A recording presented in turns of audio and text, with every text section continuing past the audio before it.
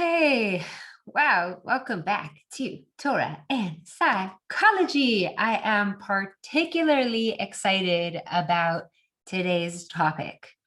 It actually completely changed and revolutionized my life.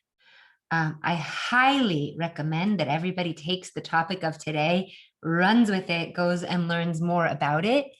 And I'm just so extremely grateful for, drum roll. What are we going to discuss? What's happening today? Okay, you probably saw it on the headline of the shiur, but basically, I'm going to give it an introduction. So, you know how I said that people in Judaism, or depending on the way you watch the series, like they tell you, like, have faith, but then they never teach you how, or they'll say, like, don't be afraid, or like, all these other things, but they don't actually like teach you how to do it. So I think the most difficult one for me, and I think for other people as well, is that we're told in Judaism, don't be judgmental, don't judge another until you stand in their shoes. Don't be angry. Dan the kafschut, like judge every person with the benefit of the doubt. Our tradition is like stock full of this commentary. But I have to be honest with you, until a few years ago, I never knew how to not do that because automatically judgments come to my head, right? This one's fat, this one's ugly, this one's stupid, this one's a bitch, that one's an a-hole. And like, again, like, thank God I'm walking through the world a happy person, more or less, but the judgments, they fill my head, or sure, that one's crazy, or this guy's that. And maybe you don't suffer with judgmentalism as much as I do, but you takes over my life. I find myself judging people in the market, at shul, on Yom Kippur, you name it. I'm judging people. I'm judging people after I speak with them on the phone. I'm judging my family. It's like judgity, judge, right? And again, intellectually, I have a great understanding of judgment. I get the concept. The concept, as far as I understand it, is there's one throne of judgment and it doesn't belong to me. There's one judge and it's not me, right? I have this, I call it the Justafari jam. I'm so precious. Here, let me give you a little bit. I'm so precious and therefore so is she. There is only one judge and it's not me. Okay, so those are the first two lines of this little Justafari jam that I call it. There's only one judge and it's not me. So the moment that I'm judging someone else, it's as if I like kicked Hashem off his throne and like got aboard myself and like, all right, now I'm gonna judge you and I'm gonna have this opinion about you. And I'm really gonna validate everything I think because, it's my judgment. So, and no matter how hard I tried to give benefit of the doubt or to not think negative thoughts about people, and as advanced as I've gotten and as enlightened and as much as I pray and as much as I take therapy courses and improve myself as a therapist and learn more Torah and study the Bible, I'm still judging. And so I want to ask you, do you feel the same way? Do you end up still in a place of judgment, of thinking negative thoughts about people? Okay. All right, so here we are. So again, don't tell me to have faith. Tell me how to have faith. Don't tell me not to fear missing out. Explain to me how. And so by the hand of God, I understood. Now, it doesn't mean I practice it perfectly at all, but I'll tell you how I learned about this. I picked up a course. I took a course with this teacher named Danny Cohen, and this course is called Nonviolent Communication, or NVC. Okay, so it's not like NBC, it's not like a news channel. You'll hear me start saying NVC. It means nonviolent communication. The Hebrew words for this course, if you take this course in Hebrew, are different than nonviolent communication. They're actually called Tikshoret Mitkarevet, I think is what it's called, which basically means communication that brings us closer. Because when I'm in judgment, I'm probably going to go to, like, if I'm talking with someone, I'm probably going to end up blaming them or shaming them or name calling them or, just being snide or sassy, whatever it is. So this is like the opposite. It's communication that will bring us closer. And I had no expectations that taking this course in nonviolent communication was going to help me learn to undo my judgmentalism.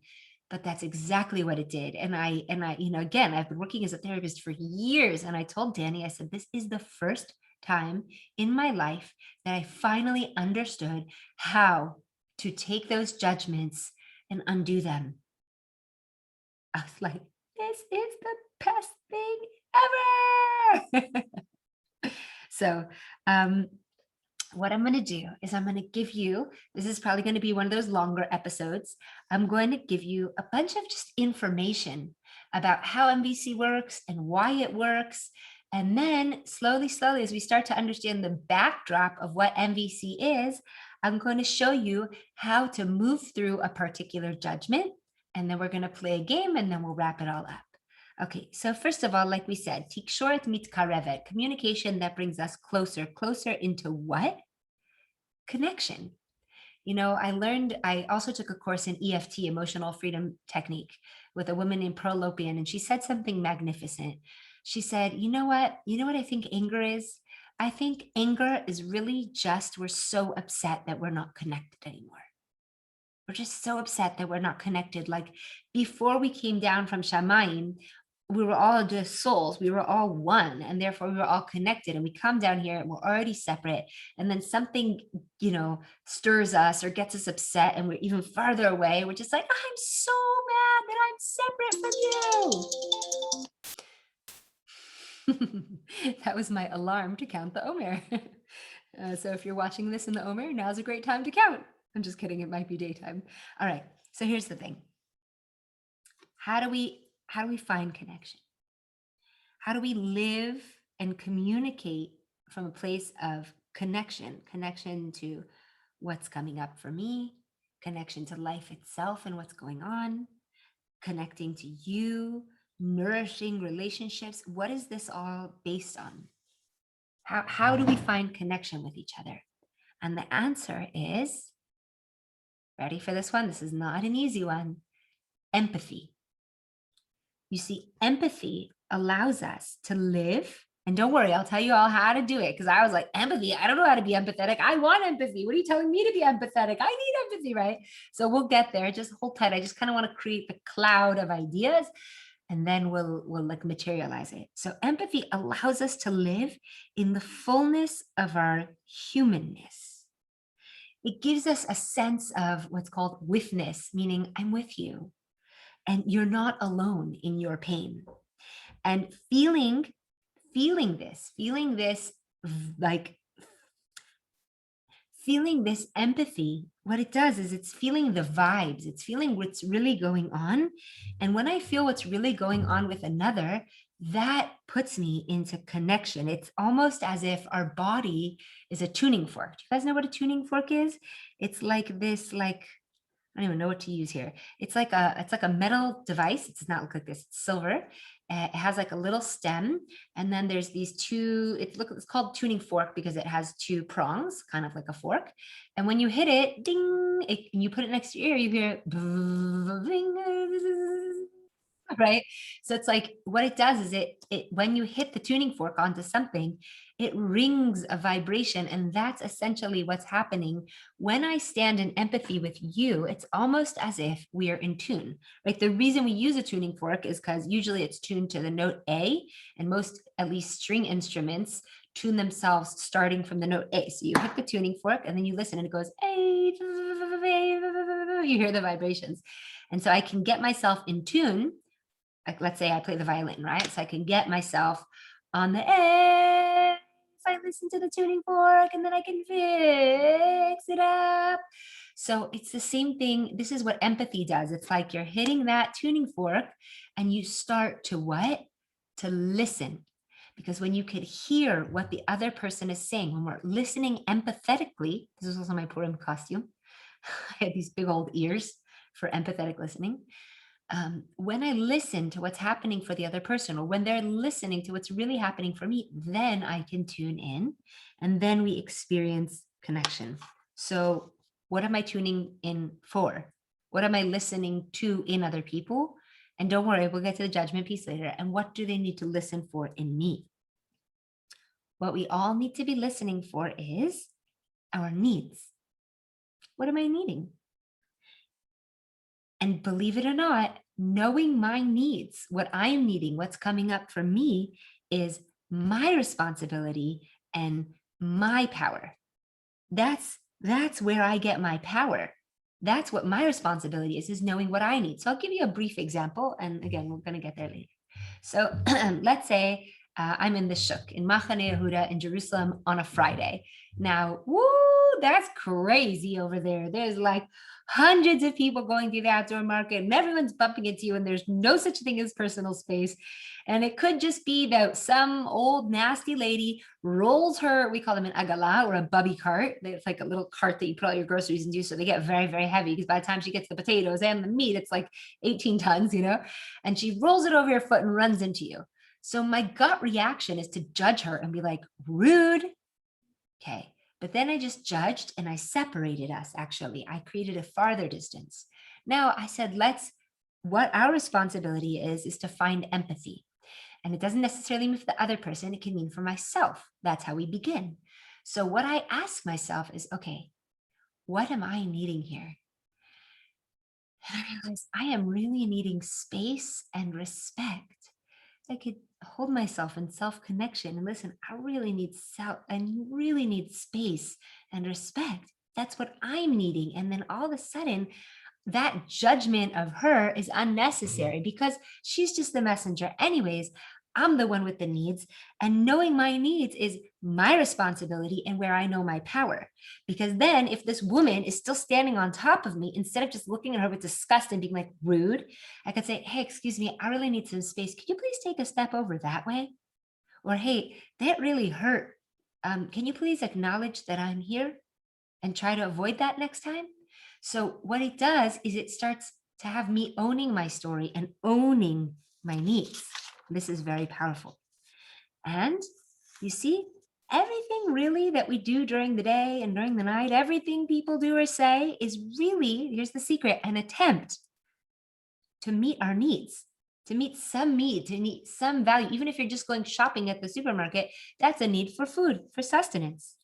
And when we fulfill our needs, and you already know this based on personal example, when we fulfill our needs, we are able to get to feel more alive in this world. Like, for example, let's just be graphic. If you need a pee and you're not taking yourself to the bathroom, you're going to get frustrated and irritated and impatient because you didn't take care of your needs. Those are your responsibility, and where you're paralyzed, you get to that bathroom, you're going to feel a lot better. You're going to be a lot nicer on the other side. Same thing with sleep, same thing with space, same thing with food, same thing with rest. And believe it or not, it's not just the physical needs, it's also our emotional needs, respect, communication, but we'll get there. So we want to acknowledge these needs. It's like super important that I say, hey, I really want space. And even if I don't say it to her, I know what's going on for me. And when I know what's going on for me, I am empowered. So here's the thing. There's two types of needs. So at least within nonviolent communication, which by the way was started by a Jewish guy named Marshall Rosenberg, and you can find all of the videos online. You can look it up on YouTube. There's a book on that. There's a few books on nonviolent communication. I highly recommend them. So the two types of needs. So there's what's called situational needs and relational needs. And again, it is incumbent upon us to study all of this because the Torah asks us to stop judging. And I had no idea how to do this for like 30 plus years, 35 years. I had no idea how to do this. And I'm teaching, give benefit of the doubt. So you're going to see why all this ties in. Situational needs, relational needs. Okay. So let's say you have a child and your child really wants an ice cream, but for whatever reason, you did not bring money that day and you don't know anyone around. So you can't get her ice cream.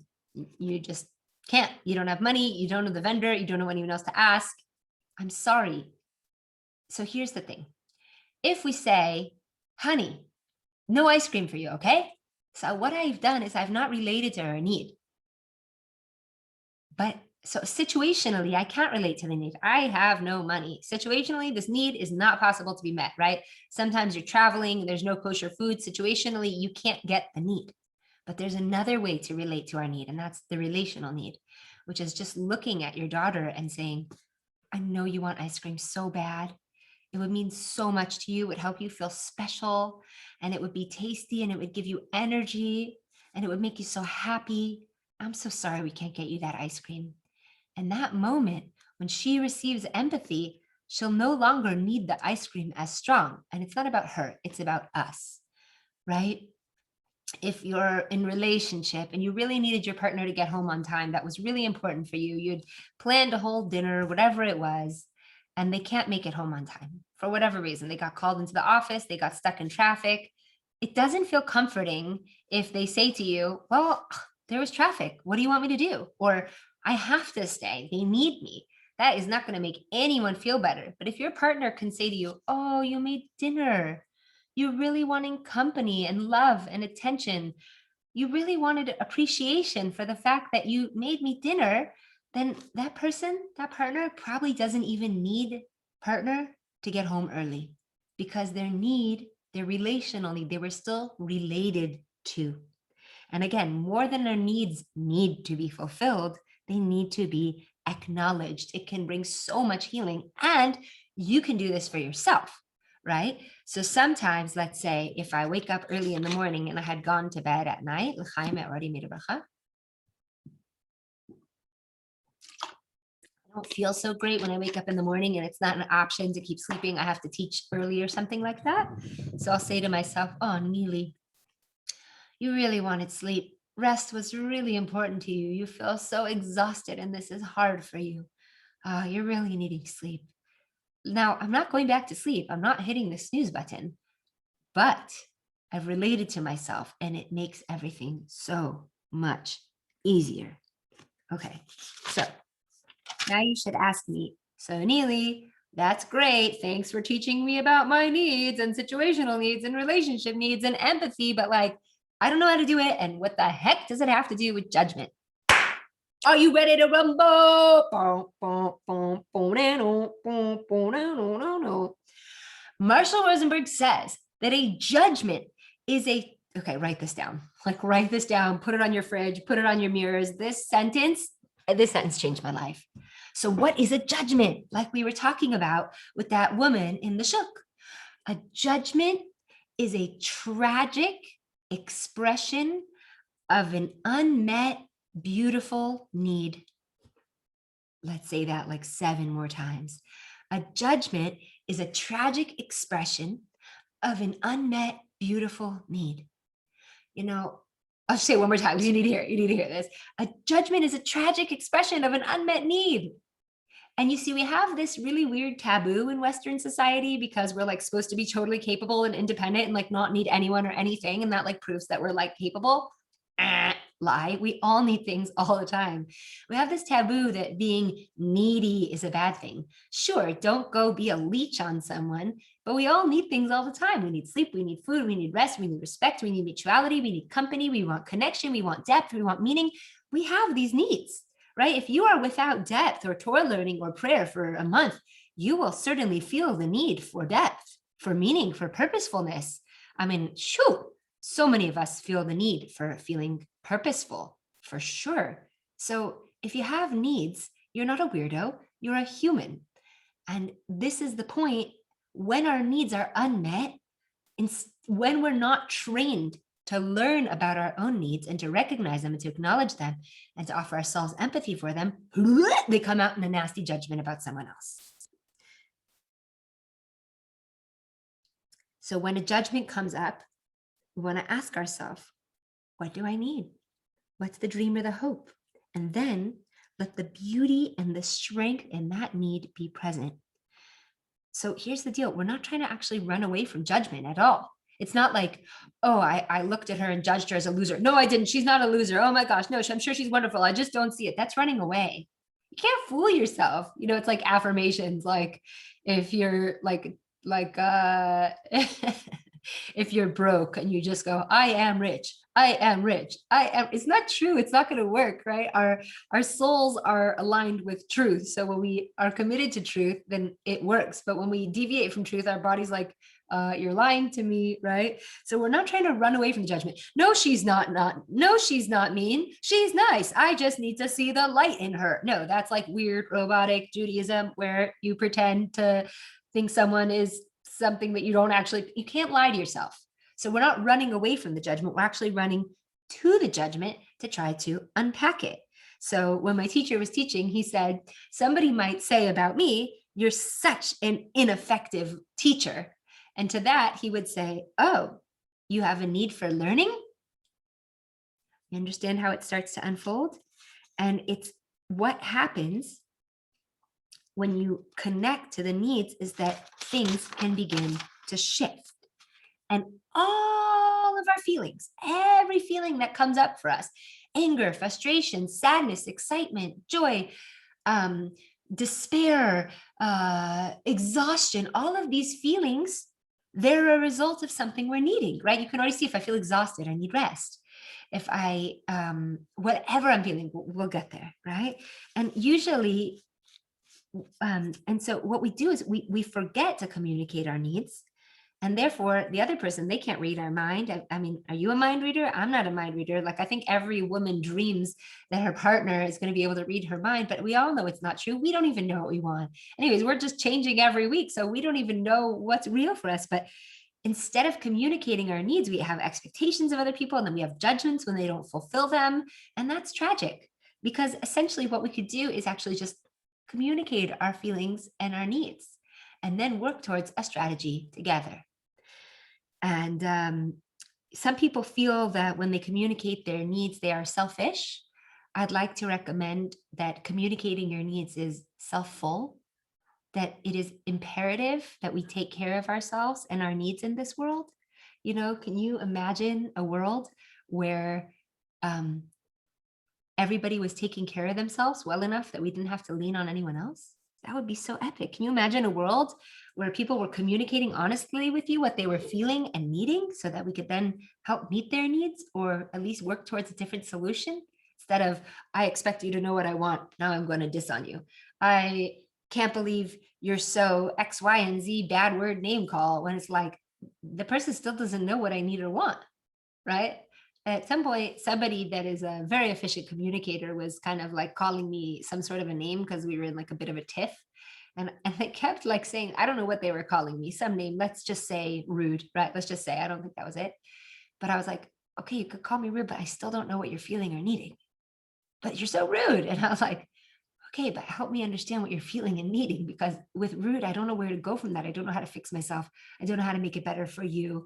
I don't even understand you at all. I just know that you have this judgment, which is a tragic expression of an unmet need.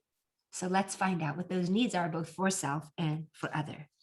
And what happens is when we do communicate in that way, what it does is it sort of echoes our humanness. It's very vulnerable. It's very real. But you know, when we feel like we want to, you said tikshort mitkarevet, you know, we want to come close to each other when we're being vulnerable and real. Like if you're in a fight with somebody, you're like screaming bad words back and forth, and they just stop and they're like, I'm just so sad. That humanness will bring us closer. So even though we might have this idea that if I express a need, it makes me needy, or they're going to be afraid of me or go away from me, when we express our humanness, when our humanness echoes, it encourages closeness. You know, as opposed to when we want someone to change, we think it'll happen if we tell them everything that's wrong with them and all of our judgments about them. You're so bad. We're like, oh, that's going to work. And it doesn't. It just pushes people away. So, okay. I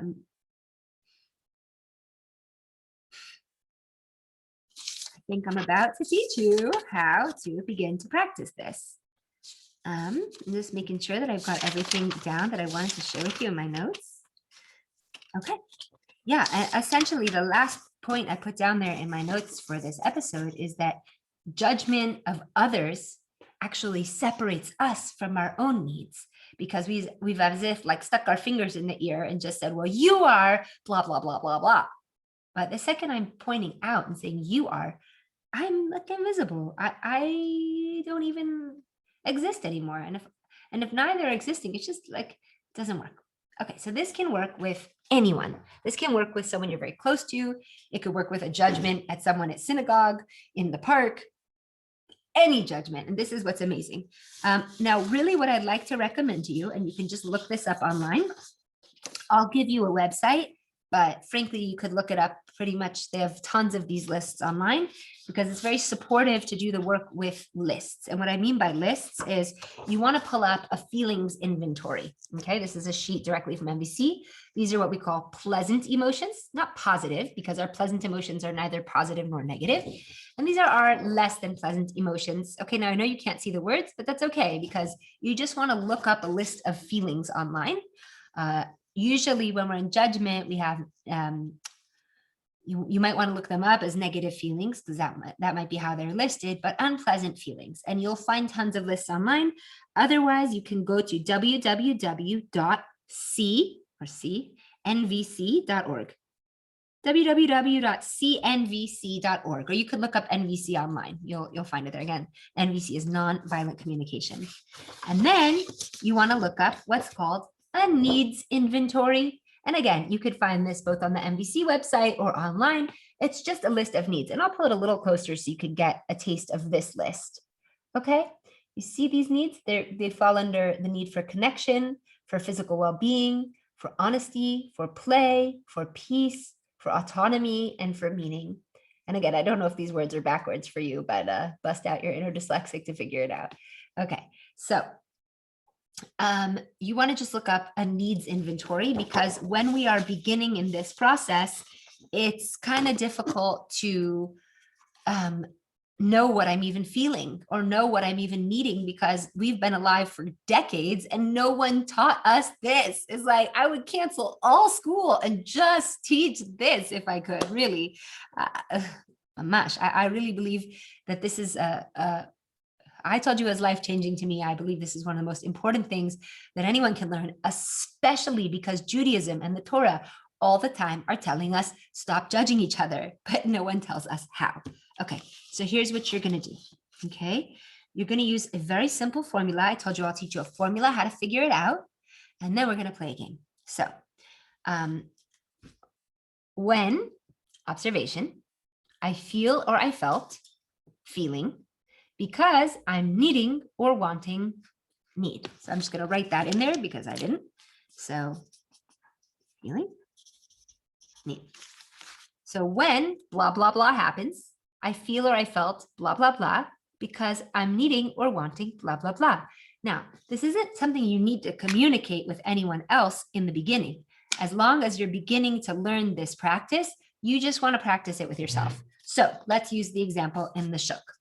When now you have to be careful. This is an observation, not a judgment. So not when you rudely pushed me, but when the agala rolled over my foot, or when I got pushed to the side, or when I got, you want to do it as judgment free as possible. Let's just say when the agala rolled over my foot, I felt angry because I'm really wanting to be seen. I'm really wanting respect. And then all of a sudden that woman goes from just being rude to you really needing space that day. Let's take another example. When you did not return my phone call, okay, or when I did not receive a call from you is even more neutral. We want to make it observation. When I did not see a return text in my text box, it's not when you didn't never call me back, right? But when I didn't, and again, this is from you to you. When I did not receive a return text, I felt hurt and sad because I'm wanting love and companionship. Now, again, this is not an easy exercise to do if you do not have the lists in front of you. So I recommend pulling those lists up, print them out. For years, I kept these lists in my backpack. Oh, I don't walk around with a purse. I walk around with a backpack. I kept these lists with me because I wanted to learn myself in a way that I'd never learned myself before, because initially I was literally going around judging people everywhere for their looks, for their behavior, for the way they smoked, for their smoking habits, so let's say someone is smoking close by me and I don't like it. Okay. When smoke is in the air, I feel annoyed because I'm really wanting health. Or alternatively, let's say you quit smoking and someone is smoking with you, near you, and you're feeling just like, oh, they're so rude and disrespectful. So that's the judgment. But what do we say? Repeat after me. Judgment is a tragic expression of an unmet need. So I want to, again, go to empathy and self-connection. What am I feeling? First, what am I feeling? And then what am I needing? So when you smoke the cigarette outside, or when there's smoke in the air, I felt jealous because I'm really wanting a cigarette. I'm really wanting ease. I'm really wanting to take it easy, right? And when we start to connect to first what we're feeling, and those feelings will guide us to see what we're needing, you will see that judgments fizzle away like crazy. When I hear the woman in the women's gathering talking loud, I feel annoyed because I want attention. And it's a way to get real with ourselves. Because first, let's say I'm on my way to a women's gathering tonight, true story. And so I might go there and I might feel annoyed that this one girl is like so loud and like, oh, she's so full of herself, I could say, right? She's so egocentric. She's always talking about herself, judgment. And I'm trying to get out of judgment. So what do? I'm feeling annoyed, I'm feeling irritated, feeling jealous, I'm feeling uncomfortable. Oh, why? Because I'm needing attention, or I'm needing, see, even still, I'm going to go to my needs list to help me be more clear, even though I practice this with my clients all the time. I am needing inclusion. Then maybe I don't have the option for inclusion because she's going to keep talking, or because I'm quiet. Obviously, we know we're not talking about me, but at least then I can put my hands over my heart and say, I'm sorry, baby, you're really wanting inclusion. And we're going to talk to ourselves the way we would either talk to ourselves as a child who also needed those things, or the way you would talk to your best friend or someone you love the most in this world. Like, you could say, oh, like, let's say I felt like I need inclusion. I'd be like, oh, Neely, you're such a loser. You need inclusion. But I would never say that to 4-year-old Neely. And I would never say that to like my friend Sarah, because I love my friend Sarah. And if she's feeling annoyed and excluded, I'm not going to say whatever. I'm be like, oh, mama, that's hard. So then we can talk to ourselves with compassion and empathy. And this is extremely godly, because we said when you're judging, you kick God off his throne and take the place. Well, instead of taking God's place of judgment, we want to take God's place of that compassion. That God on Yom Kippur is called the God of Rachamim, the God of compassion. Compassion and empathy are so interchangeable. That's why we sing out the 13 principles of compassion. So we want to move from judgment to compassion. Again, just like on Yom Kippur. Funny, I'm actually wearing all white. I guess I knew what I was talking about. Okay, and now I promised you a game. This is a game that you can do with your friends. You can do by yourself. It's a great way. Another option, if you don't want to do it the way that this card has it, it's another option to help you start to learn what your feelings and needs are and step into empathy. So this is simply called the 4-chair game. Okay, so here's what you're going to do. You are either going to take a piece of paper, or you're going to set up 4 places to sit wherever you are, right? So I'm on 1 chair, so that would be 1. Then I would also want the option of sitting here, call this chair 2. I could move to the 3 seats. This could be chair 3. This could be chair 4, or I could even set up chairs. You want to actually physically want to do the game if you can, because it helps shift the mindset and open things up. Again, if you can't do this with chairs and with a friend, you can do it on a piece of paper, on a whiteboard, in your journal. Okay, so we want to move through the chairs, okay? And this is really not the time to be a upright, light-chasing Jew who only thinks good about other people. Like I said, we don't run away from the judgments. We want to run to them to unpack them. So for a little bit here, you kind of have to bring out your inner meanie.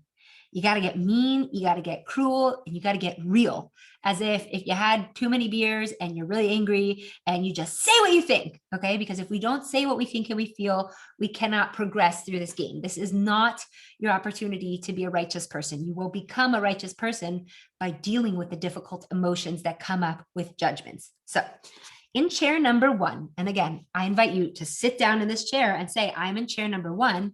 You want to exercise self-blame, because obviously we all know that's where it starts. In self-blame, you want to ask yourself, what are the messages from your inner critic? Like, what the hell's wrong with me? Let's use the shuk example, okay? What's wrong with me? Why did I come to the shuk this time? I know it's busy. I'm such an idiot. I'm such a fool. I should have stood up for myself. Just pour the self-blame out, everything you could think of. And if you're doing this exercise with a friend, you could help each other, right? Well, what else could you say in self-blame? Oh, maybe you didn't learn from your lesson. Just let out all the meanness in self-blame, okay? Cover it all. If you can write it down, that's great. If you express it, I think that's even better. Okay, next, chair number 2. And at this point, I'll get up and I'll move to chair number 2. Chair number 2 is others blame. And in others blame, you want to let loose. You can use all your curse words, but again, you're doing this l'shem shamayim. So we're not just doing this to be flagrant or whatever.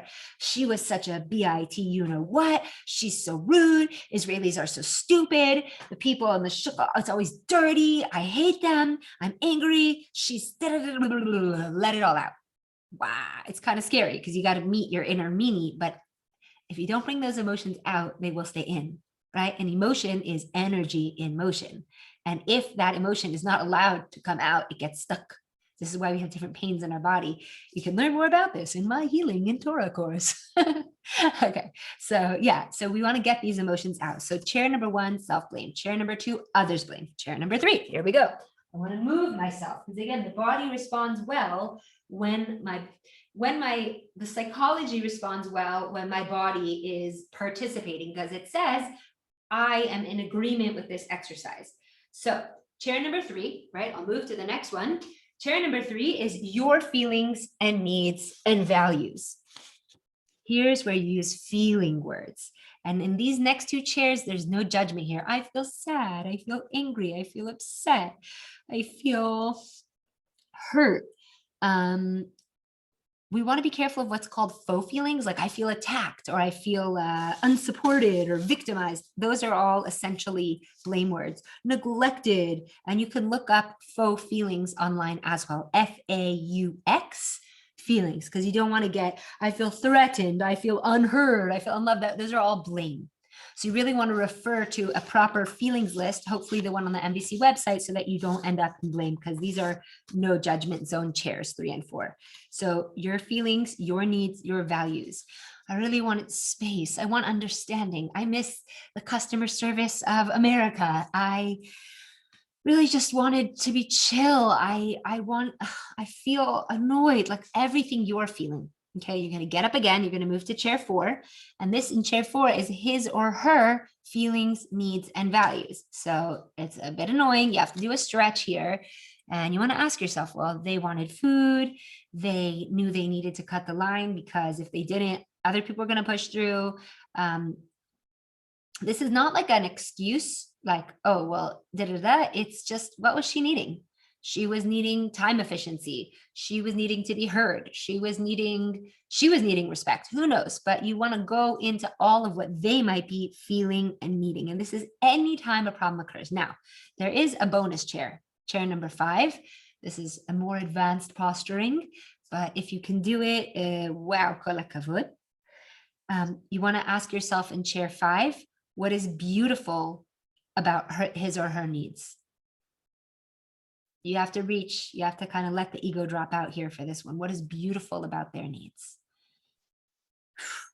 And when we play this 4-chair game or 5-chair game, if you're feeling, really chazak, strong, when a problem or a conflict occurs, it opens up empathy. It helps us let go. It helps us tune into our vulnerability. It opens up possibilities for peace. And most importantly, instead of running away from the judgment, because we're not supposed to judge, we run to it. We unpack it, and then it can dissolve. If I have a suitcase full of clothes in my house and I just stash it under the chair, or stash it under the stairs, or stash it under a bed, the suitcase is still there. Those feelings didn't go anywhere. In fact, what it will do is it will amplify the judgments we feel about everyone because we're so charged. Instead, we take that judgment suitcase and we unzip it and we unpack it, and then nothing's in there anymore. And we don't carry around all of that anger and that sadness and that frustration and that aggression like I've been doing my whole life, going around judging everybody because I just did not know that a judgment is a tragic expression of an unmet need. And that anytime I'm having these feelings, anytime I want to go to blame, that instead, if I can go to self-connect and empathy, ask, what am I feeling? Because I'm needing or wanting what? You will see the judgments will dissolve. And again, this follows suit with everything we've been learning of you are what you hate, of the Baal Shem Tov mirror Torah, of understanding that everything we experience, everyone is just a messenger for us. And in this, we don't just find connection to self, it also enables connection to other and connection to God, because it's not that every bad thing that happens or every rude person that we encounter is a punishment from God. It's an opportunity to really connect to myself, to have empathy for myself.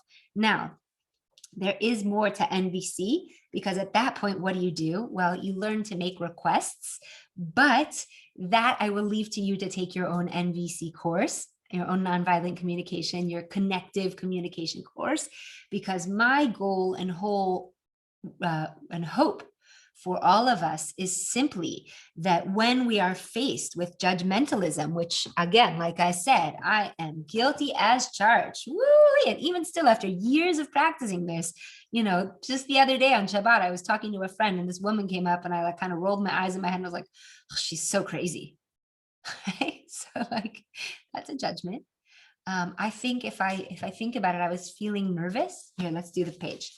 When I saw her talking loud and moving things around, you see, I had judgment in my face, but okay. So I was trying to be neutral. When I saw her speaking loudly and moving someone else's things around, I felt annoyed and frustrated and scared because I'm really needing safety and security. I'm really needing ease, you see? So I felt all tense and uncomfortable, but that's because I need safety, I need security, and I need ease. And all of a sudden, it is no longer about this woman and me judging her crazy. It's about me tuning into me. And then I start to become my best friend.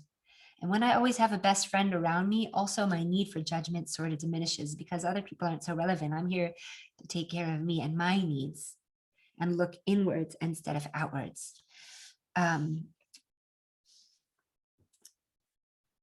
I give us a bracha. I give us a bracha to practice this like our life depends on it. I give us a bracha that we practice this with every single judgment that comes up. And I give us a bracha that every time we see non-judgment as a practice in Torah literature, in the Bible, in Pirkei Avot, in any of the works of the ways of the path of the righteous or the path of the tzaddikim, that we take this knowledge and we infuse it into the Torah knowledge, because I believe that we really can be successful here. And I believe that God will be so proud of us for seeing the truth of what's really going on, which is that it's never about anyone else.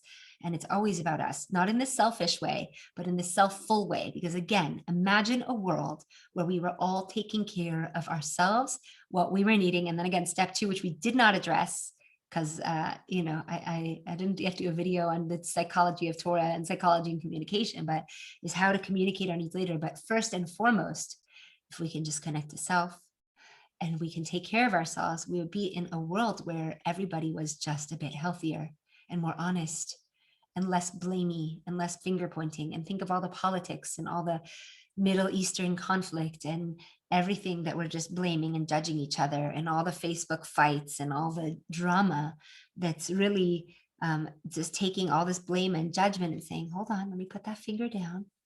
Let me take the 3 fingers that are pointing back to me and take a look at myself, not because I'm bad or I deserve blame, but because clearly I have a need and I want to be related to.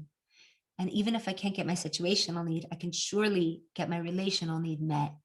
And again, the results are astounding and life-changing. And I am so grateful to Hashem that I found this path to learn how to actually not stop judging, because, well, it decreases over time, but to take where I am judging and to heal it every single time by learning about myself, learning to respect myself, connect to myself, address what I'm needing. And then I stand empowered and I stand responsible for myself. And that is very, very beautiful. So I bless you with success. I bless you with tremendous success in learning how to undo judgment. And yeah, I'm so glad we did this today. Cool. Peace and homies. Thank you for watching.